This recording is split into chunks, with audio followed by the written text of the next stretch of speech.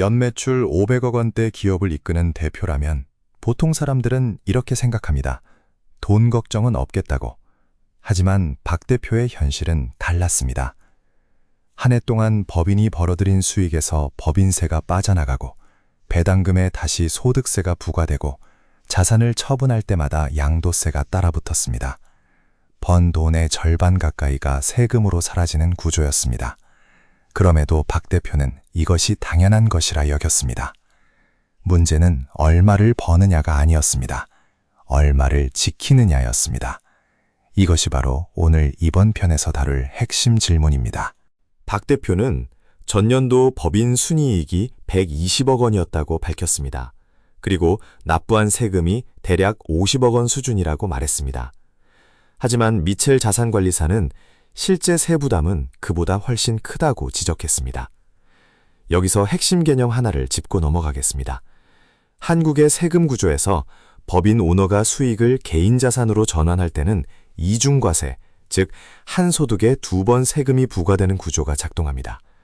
법인이 이익을 낼 때 법인세 약 25%를 먼저 납부하고 그 이익을 배당금 형태로 개인이 수령하면 다시 배당소득세 15.4%가 부과됩니다. 이중과세 효과로 실제 세부담은 40%에 근접하게 됩니다. 박 대표는 이 구조를 정확히 인식하지 못한 채 수년 동안 최적화되지 않은 방식으로 세금을 납부해온 상태였습니다. 미첼 자산관리사는 이것이 단순한 세율의 문제가 아니라 전략의 부재에서 비롯된 문제라고 설명했습니다. 미첼 자산관리사가 화면에 2가지 시나리오를 나란히 제시했습니다. 첫 번째는 박 대표가 지금껏 운용해온 기존 방식입니다. 법인 수입 120억 원에서 세금으로 약 50억 원이 나가고 실제로 활용 가능한 자산은 70억 원에 머무는 구조였습니다. 두 번째는 자산 배치 전략을 적용한 최적화 시나리오입니다. 동일한 120억 원의 수입에서 합법적인 절세 구조를 적용하면 세금을 28억 원 수준으로 낮출 수 있고 가용 자산은 92억 원으로 늘어납니다. 기존 방식 대비 22억 원의 차이가 발생하는 것입니다. 박 대표는 이 숫자가 실현 가능한 것인지 그리고 법적으로 허용된 방법인지를 즉각 물었습니다. 미첼 자산관리사의 답은 명확했습니다. 이 전략은 완전히 합법적이며 미국 등 금융 선진국에서는 이미 수십 년 전부터 광범위하게 활용되고 있는 자산 구조화 기법이라고 설명했습니다. 한국의 많은 기업 오너들이 이 방법을 택하지 못하는 이유는 불법이어서가 아니라 단지 이 전략의 존재를 알지 못했기 때문이라고 덧붙였습니다. 이 지점에서 미첼 자산관리사는 박 대표에게 중요한 개념적 전환을 제안했습니다. 많은 기업 오너들이 자산 관리를 자산을 잘 지키고 늘리는 행위, 즉 수익률을 높이는 투자로 이해합니다. 하지만 자산 배치 전략은 그보다 훨씬 앞선 단계에서 시작됩니다. 자산을 어디에 어떤 구조로 놓을 것인가를 설계하는 것입니다.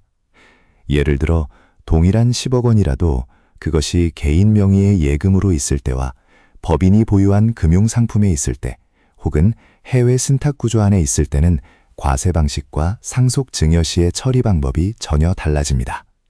자산의 크기가 아니라 자산이 놓인 위치와 구조가 실질적인 부를 결정하는 것입니다.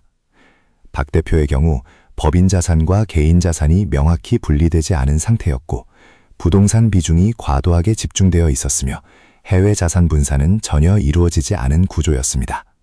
이는 전형적인 한국 중견기업 오너의 자산 구조라고 미첼 자산관리사는 설명했습니다. 전략은 지금 당장 필요한 것이었습니다. 미첼 자산관리사는 박 대표의 자산 구조를 3가지 측면에서 진단했습니다. 첫째, 자산 집중도의 문제입니다.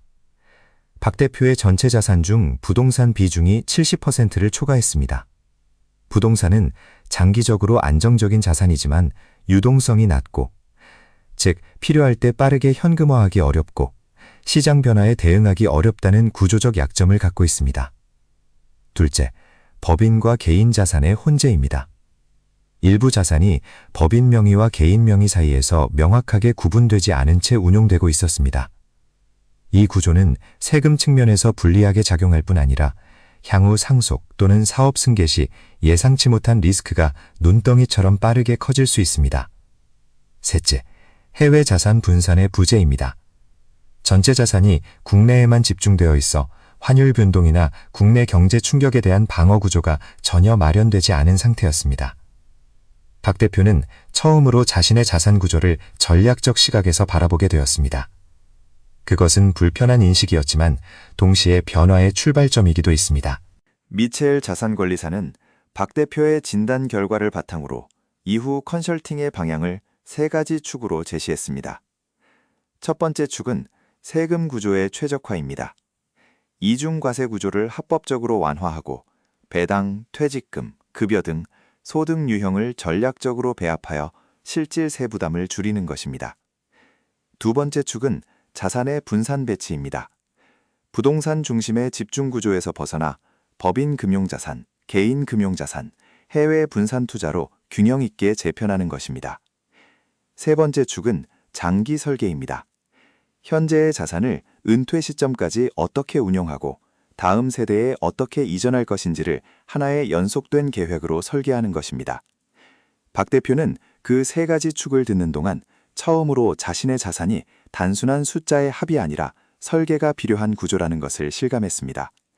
다음 에피소드에서는 이 3가지 축의 첫 번째, 세금 구조 최적화의 실전 전략을 구체적으로 공개합니다. 구독하시고 다음 영상도 놓치지 마세요.